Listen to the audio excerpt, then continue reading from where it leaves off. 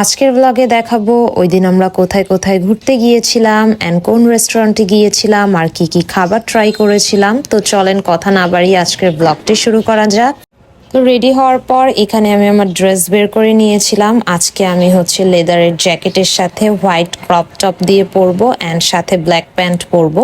তো এইদিকে আমরা তিন ভাই বোন রেডি হয়ে গিয়েছিলাম। শারাফের সাথে আমার ম্যাচিং হয়ে গিয়েছিল যেহেতু ও ব্ল্যাক পরেছিল।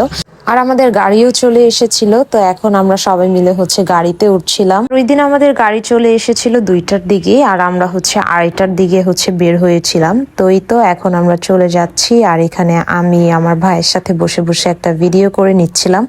আসলে শারাফকে নিয়ে একটু কমই বের হওয়া হয়। দেখা যায় আমি, আমার বোন আর আমার বোনের হাজবেন্ড যখন ঘুরতে যাই তখন দেখা যায় শারাফকে আর নেওয়া হয় না।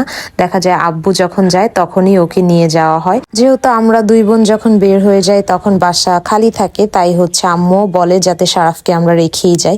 তো সেই ক্ষেত্রে দেখা যায় ও বাসায়ই থাকে আম্মুর সাথে। তো এইদিকে বসে বসে আমি আমার নিজেরও একটা ভিডিও করে নিচ্ছিলাম। আর আজকে মেইনলি আমরা যাচ্ছিলাম হচ্ছে 300 ফিটে। আর অনেকদিন যাবতই আমরা প্ল্যান করছিলাম, যেহেতু শীত চলে এসেছে তো একদিন তো 300 ফিট যেতেই হয়।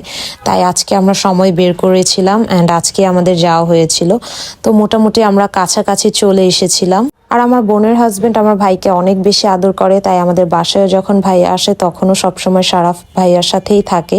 তো আজকে যেহেতু ভাইয়ার সাথে আমরা ঘুরতে এসেছিলাম তাই ও ভাইয়ার সাথেই সবসময় ছিল। আর আজকে যে রেস্টুরেন্টে আসার কথা ছিল সেই রেস্টুরেন্টের নামটা ছিল ম্যাঙ্গো ক্যাফে অ্যান্ড রেস্টুরেন্ট। আর এই রেস্টুরেন্টের ভিডিও দিয়ে আমার নিউজ ফিড বলেন, টিকটক বলেন, সব জায়গায় একদম ভরে গিয়েছিল। তাই এই রেস্টুরেন্টটাতে আসা অ্যান্ড আমার কাছেও বেশ ভালো লেগেছিল ভিডিওতে যখন দেখেছিলাম। যদিও রেস্টুরেন্টটা রাতের বেলা বেশি সুন্দর লাগে, বাট যেহেতু আমরা শারাফকে সাথে নিয়ে এসেছি এত রাত করে তো আসা যাবে না, তাই আমরা একটু আগে আগেই এসেছিলাম। আর রেস্টুরেন্টে ঢোকার পর এখানে আমি রেস্টুরেন্টে একটু ঘুরে ঘুরে দেখছিলাম আর একটু ভিডিও করে নিচ্ছিলাম যাতে আপনাদের সাথেও শেয়ার করতে পারি। আর রেস্টুরেন্টটা কিন্তু দিনের বেলাতেও বেশ সুন্দর ছিল, ক্যামেরা থেকে সামনাসামনি আরো বেশি সুন্দর ছিল। আর আমার কাছে তো ভালোই লেগেছে। আমার কাছে মনে হচ্ছে যে রাতের থেকে হয়তো দিনের বেলা বেশি সুন্দর লাগছে। তো এখানে রেস্টুরেন্টের কিছু ছোট ছোট আমি ভিডিওর ক্লিপ নিয়ে রেখেছিলাম। আর রেস্টুরেন্টটা খুবই অ্যাস্থেটিক ছিল, আপনারা খুব সুন্দর সুন্দর পিকচার্স নিতে পারবেন। আমি জানি না রাতের বেলা ছবি তুললে কেমন আসবে, যদিও রাতের বেলাও রেস্টুরেন্টটা দেখতে বেশ সুন্দর লাগে যেটা ভিডিওতে দেখেছি। বাট দিনের বেলা আমরা কিছু এখানে ছবি তুলেছিলাম অ্যান্ড ভিডিও করেছিলাম, সেগুলো আমাদের কাছে ভালোই লেগেছে। আর ছবি অ্যান্ড ভিডিওস দুইটাই খুবই ভালো এসেছিল। আর এখানে এই সুন্দর দোলনাটা দেখেছিলাম, তাই আমি এখানে বসে কিছু ছবি তুলেছিলাম অ্যান্ড আমার বোন আমাকে এখানে র্যান্ডম একটা ভিডিও বানিয়ে দিয়েছিল। আর বাচ্চাদের জন্য এখানে এই দোলনাটাও ছিল। তো এখানে আমার ভাই বসে বসে দোল খাচ্ছিল। আসলে শারাফের থেকে ছোট বাচ্চাদের জন্য হয়তো ছিল, কারণ ও যখন বসেছিল ওর পা হচ্ছে মাটিতে লেগে যাচ্ছিল। আর এখানে আমার বোনও দোলনাতে বসেছিল, তো আমি আমার বোনকেও ভিডিও করে দিয়েছিলাম। দেন এখানে আমার বোন আমাকে কিছু এখানে ভিডিওস বানিয়ে দিচ্ছিল। তো আমি ওই দিন অনেকগুলো ছবি তুলেছিলাম অ্যান্ড ভিডিওসও বানিয়েছিলাম। আর রেস্টুরেন্টে এসে আমরা একটা বিষয় জানতে পারলাম, সেটা হচ্ছে এখানে যেই ওনাদের চাপটি, হাঁসের মাংস, এই ধরনের আইটেমগুলো ছিল এগুলো হচ্ছে বিকেল 5টার পর থেকে হচ্ছে অর্ডার নেওয়া হবে, এর আগে অর্ডার নেওয়া হবে না। তো এই জিনিসটা আমাদের কাছে একদমই ভালো লাগেনি। তাই রেস্টুরেন্টের জুস কর্নার থেকে আমরা হচ্ছে 4 জনের জন্য 4টা ফ্রেশ জুস অর্ডার করেছিলাম। আর আমরা হচ্ছে 4টা অরেঞ্জ জুস নিয়েছিলাম অ্যান্ড একটা হচ্ছে ওয়াটারমেলন। আর জুসগুলো একদম ফ্রেশ ছিল, যদিও প্রাইসটা একটু বেশি ছিল, বাট জুসটা খেতে আমাদের সবার কাছেই ভালো লেগেছে। আর খাওয়ার পরই বোঝা যাচ্ছিল একদম পিওর অরেঞ্জ দিয়ে বানিয়ে দেওয়া হয়েছে। আর আমার কাছে খাওয়ার পর মনে হয়েছে যে পানিও মেশানো হয়নি, বাট বাকিটা আমি জানি না। আমার কাছে তো ভালোই লেগেছে। তো এখানে আমি বসে বসে জুস খাচ্ছিলাম। যেহেতু আমরা 2:30টার দিকে বাসা থেকে বের হয়েছিলাম, তাই 3:30টার মধ্যেই আমরা হচ্ছে 300 ফিটে চলে এসেছিলাম।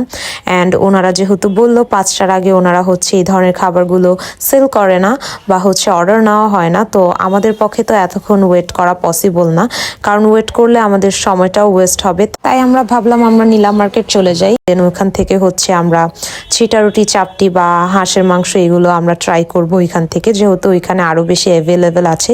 তাই আমরা ডিরেক্ট এখন নীলাম মার্কেট চলে এসেছিলাম। আর ওইখান থেকে নীলাম মার্কেট আসতে আমাদের বেশি সময়ও লাগেনি, আমরা 10 মিনিটের মধ্যেই চলে এসেছিলাম। আর প্রায় সন্ধ্যা সন্ধ্যা হয়েও যাচ্ছিল। তো এখন আমরা ভাবছিলাম একটা রেস্টুরেন্টে বসবো অ্যান্ড খাবার টাবার অর্ডার করব।